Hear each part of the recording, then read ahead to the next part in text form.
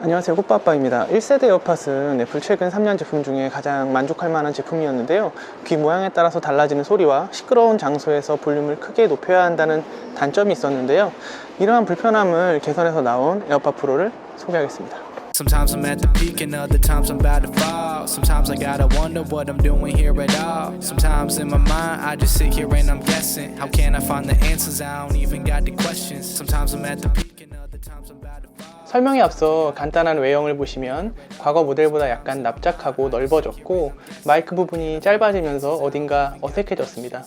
하지만 유닛이 인이어 타입으로 바뀌면서 사람들의 귀 모양과 상관없이 저음부가 새어나가는 현상을 막고 균일한 소리를 내게 됐습니다. 이어폰을 살짝 돌리면서 착용하시면 비교적 파워비츠 프로나 타사 제품보다 이압이 덜 느껴졌는데요. 실제 착용했을 때 귀에 덜 들어간 게 아닌가 싶을 정도로 가볍게 느껴졌습니다. 다만 오픈형 이어폰보다는 귀에 이물감이 있습니다. 커널형을 한 번도 안 쓰신 분들은 꼭 착용해 보시고 구입하시기를 바랍니다. 제품 출시 후에 가장 궁금했던 기능이 액티브 노이즈 캔슬레이션 기능입니다.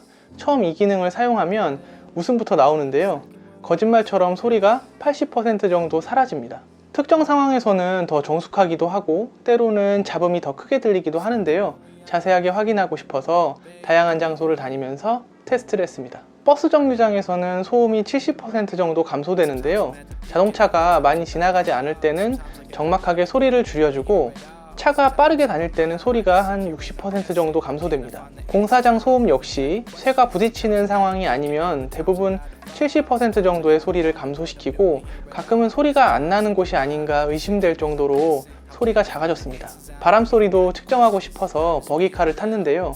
풍절음을 60% 이상 줄여주고 잔잔한 바람은 대부분 소리가 안 들립니다. 강한 바람은 유닛에 직접적으로 부딪히기 때문에 소리가 들리기는 하는데요. 아마도 유닛에 직접적으로 닿아서 생기는 소음이 큰 듯합니다. 대략적으로 50% 정도가 감소되는 듯합니다.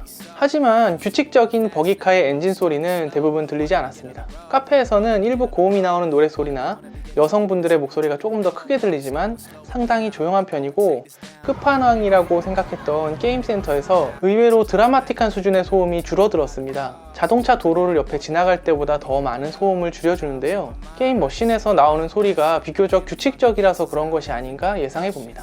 실험을 종합해보면 우발적인 소리나 고음에서는 제대로 성능을 내지 못했지만 그것을 제외한 대부분의 상황에서 소리를 줄여주는 성능이 무척 뛰어나서 도로 근처에 걸어 다닐 때나 운전 중에는 위험합니다. 그런 상황에서는 되도록 사용을 안 하시는 것을 권하고요. 결론은 노이즈 캔슬링 기능은 정말 좋습니다. 운동 성능에 대해서 말씀드리면요.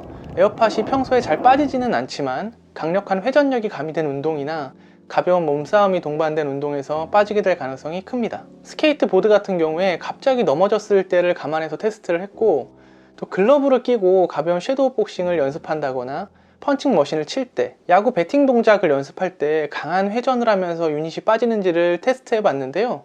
전혀 빠지지 않았습니다. 파워비츠 프로 못지않은 운동 능력에 더 가볍고 매끈한 디자인이며 또 하나의 장점은 겨울에 마스크를 착용하고 운동할 때 줄이 이어 후크에 끼는 일이 없어서 계절을 가리지 않는 미세먼지에 대응하기 좋습니다.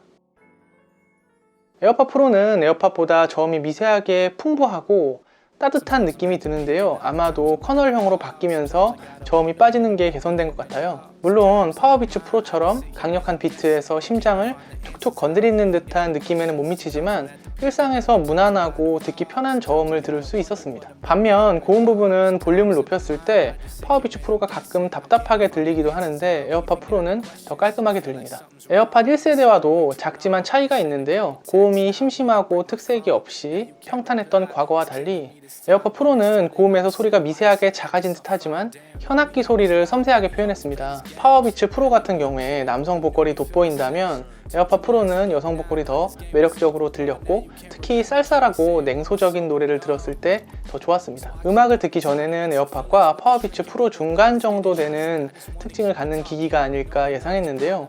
오히려 고음은 파워비츠 프로보다 좋은 성능이라고 생각합니다. 이러한 특징은 저음이 부스트된 이어폰을 좋아하지 않는 분들에게 매력적일 듯 합니다. 물론 제 리뷰는 하나의 의견이기 때문에 직접 청취하시고 구입하시는 것을 더 권장합니다. 또 하나의 장점은 노이즈 캔슬링 기능으로 지하철이나 도로를 지나갈 때도 적은 볼륨에서 균일한 소리를 들을 수 있다는 점입니다. 음악을 이어폰으로 많이 듣는 분들은 무의식적으로 볼륨을 키워서 듣다 보니까 항상 청력 손실의 위험 속에 있는데요. 뜻밖의 순기능이었습니다.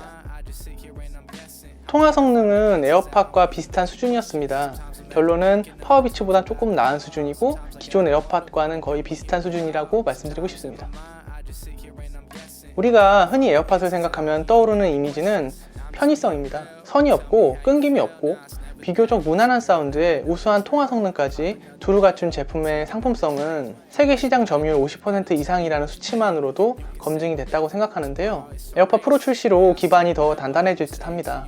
무엇보다 흥미로운 점은 소니조차도 상대적으로 큰 유닛에 집어넣을 수밖에 없었던 기술을 에어팟은 처음 도입하는 기술인데도 불구하고 작고 부드럽게 적용했다는 점을 칭찬하고 싶고요. 대화할 때 노이즈 수용 모드는 실용적이면서도 완성도가 높았습니다. 개인적으로 이어폰에서 용서가 안 되는 점은 끊김 현상인데요. 4일 정도 사용하면서 이런 현상 역시 없었습니다. 재생 시간을 제외한다면 가격과 디자인을 고려했을 때 현재 경쟁할 만한 이어폰은 별로 없을 듯 합니다.